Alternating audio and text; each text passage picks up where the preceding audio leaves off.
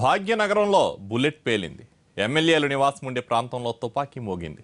అత్యంత కట్టుదిట్టమైన భద్రత ఉండే ప్రాంతంలో కాల్పులతో ఉలిక్కిపడింది. ఇందుకీ తుపాకీ కాల్చింది ఎవరు, బుల్లెట్ దిగింది ఎవరికి, కాల్పుల కలకలం వెనుక కథ ఏంటి?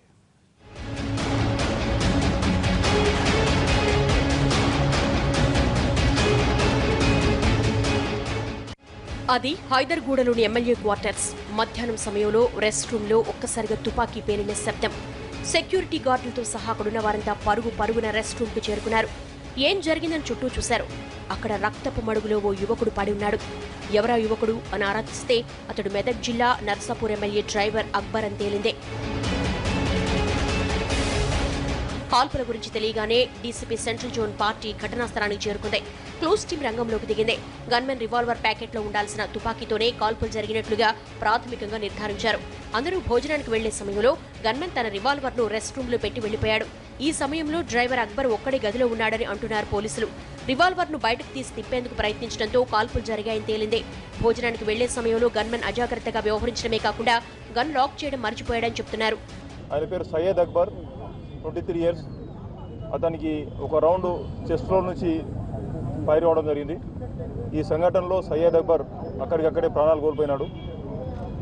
ఈ సంఘటన జరిగినప్పుడు ఇద్దరు ప్రత్యక్ష సాక్షులు కూడా ఉన్నారు. అందరు కూడా స్టేట్మెంట్ రికార్డ్ చేసుకోవడం జరిగింది. ఇది యాక్సిడెంటల్గా జరిగినటువంటి మిస్ఫైర్ సంఘటన.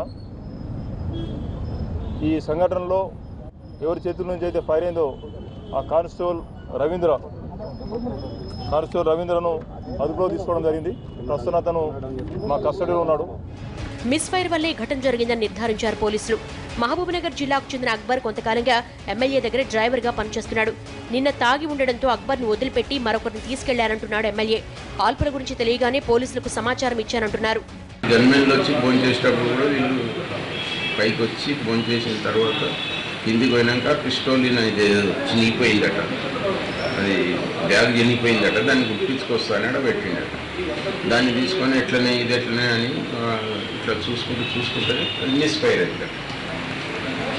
అందులో మంచి పిల్లగాడు, చిన్న ఏజ్ 23 years ఉంటాడు. రివాల్వర్ అజాగ్రత్తగా పెట్టిన గన్మెన్ ను కస్టడీలోకి తీసుకున్నారు పోలీసులు.